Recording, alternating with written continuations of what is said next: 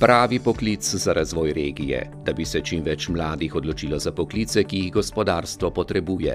Potem imajo neko prihodnost in seveda tisto, kar si tudi mi najbolj želimo, da se bodo zaposlili v naši regiji, da bodo prišli nazaj v Pomurje. To so predstavniki odličnih pomurskih podjetij, ki iščejo kadre. Ne le za osnovno delo, da bi dosegli višjo dodano vrednost z novimi izdelki, ki jih je treba razviti in prodati.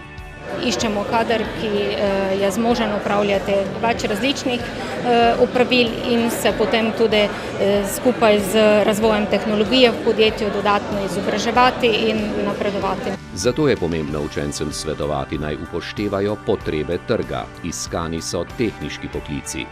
Zelo jih nagovarjam recimo za CNC operaterje. In učinki očitno so.